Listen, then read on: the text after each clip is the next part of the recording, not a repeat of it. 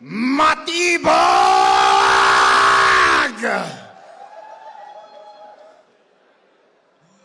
Matibag! Takot ba kayo kay Matibag? Oy, parang takot kayo, hindi kayo sumasagot.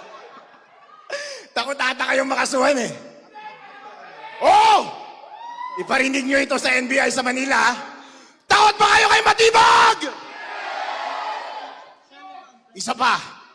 Takot ba kayo kay Matibag? Takot ba kayo kay BBM?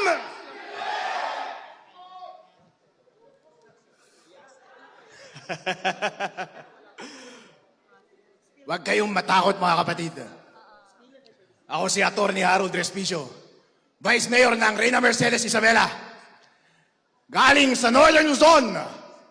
At ang Northern Luzon ay solid Sara Duterte!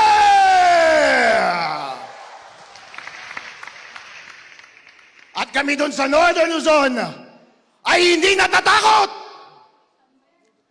Kahapon, si Matibag, kinasuhan ako.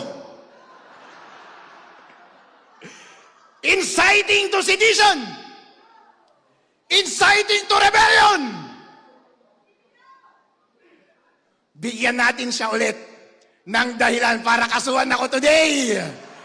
Gusto niyo yan? Alright?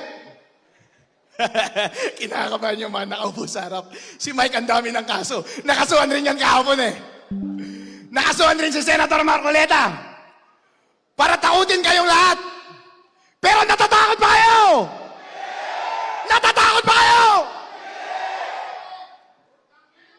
Alright! Maganda yan!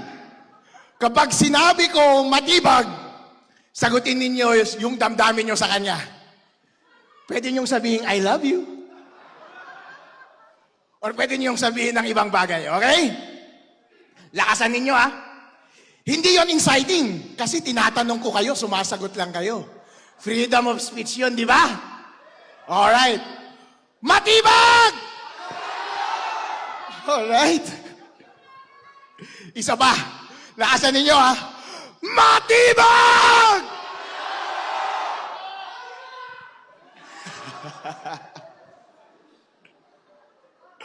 Gusto nyo next BBM?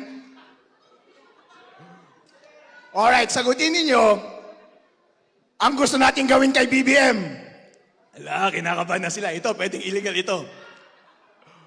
Pero sabi nila, kinasuhan ako dahil meron akong sinabi nung nakaraang Rage Visayas. Tinanong ko kasi sila dun sa Visayas eh. Gusto nyo na ba silang patayin? Ay, wag kayong sumagot! Diyan tayo kinakasuhan eh. Kasi sinabi ko, gusto nyo na ba silang patayin? Hindi. Ang sinabi ko, gusto nyo na bang patayin? Alright, sandali. Pero ang korupsyon, hindi ba? Yun ang tinanong ko. Pag nagtatanong ka, hindi inciting yun, di ba? I'm just asking. And sumasagot lang kayo. Okay? Ngayon, gusto kong sabihin ninyo, ang gusto nating gawin kay BBM. Alright. Gusto nyo? Alright. Wag lang patayin kasi yung patayin, illegal yun eh. Alright? Okay, handa na kayo. Lakasan ninyo. Iparinig nyo kay BBM. Hanggang matakot siya sa kanyang upuan. BBM! Alright. Isa pa. BBM! Okay. Alright. Halo-halo. Pwede. Walang kaso yun. Walang kaso yun. Ito, isang tanong ito. Wala ulit kaso ito.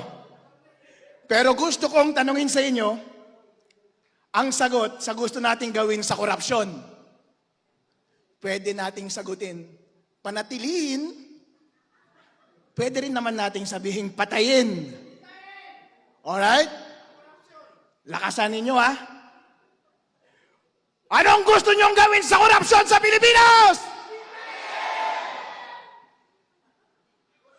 Patayin!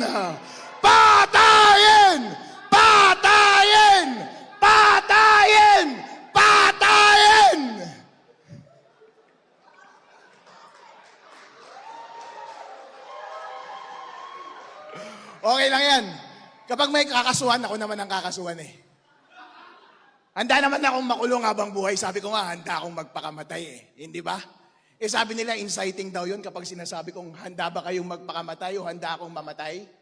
Eh si Ninoy Aquino nga, sabi niya Filipinos are worth dying for. Pero inciting ba yun? Hindi. Dahil lahat kayo ay bayani at willing kayong magpakamatay para sa ating demokrasya! Kaya tinatanong ko kayo ulit, willing ba kayong mamatay? Yun. Mamatay na tayong lahat.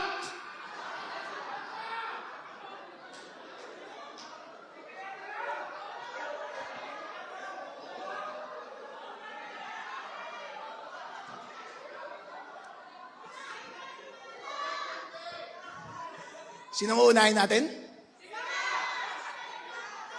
Alright. Krimen yan. Kayo ang dapat kasuhan, hindi ako.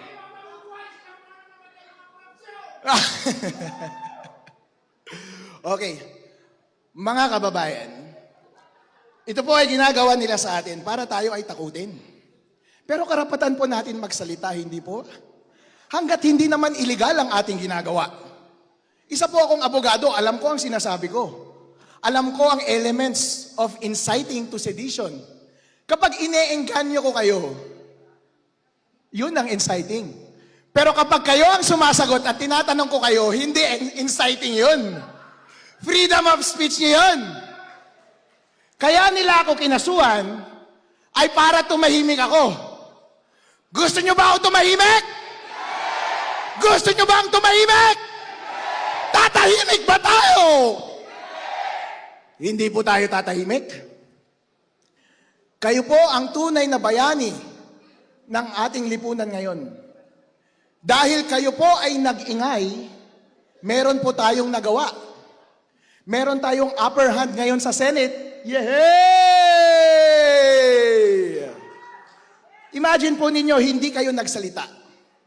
Hindi nila mararamdaman ang pulso ng taong bayan. Dahil ang taong bayan, sino ang gusto nilang presidente? Duterte! Duterte! Duterte! Di ba? Dahil narinig yon ng mga senator, bumaliktad sila. Pero kapag hindi po kayo nagsalita, talo na tayo sa Senate. At kapag kayo ay pagbibigyan, si Boy matibag ngayon at matatakot at tatahimik, yung kanilang istorya niya ang masusunod. At mali na ang appreciation ng ating mga elected officials sa Senate. At baka isipin nila gusto natin ng impeachment. Gusto ba natin ng impeachment? Gusto ba natin ng impeachment? Ayun. Kaya magpatuloy po kayo sa pag-iingay. Huwag po kayong papatibag kay matibag.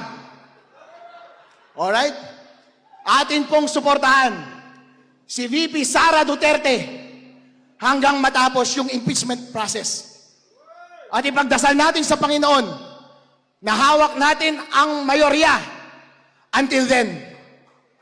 At makakaasa tayo ng susunod na maging Pangulo ng Pilipinas ay si VP Sara Duterte! Duterte!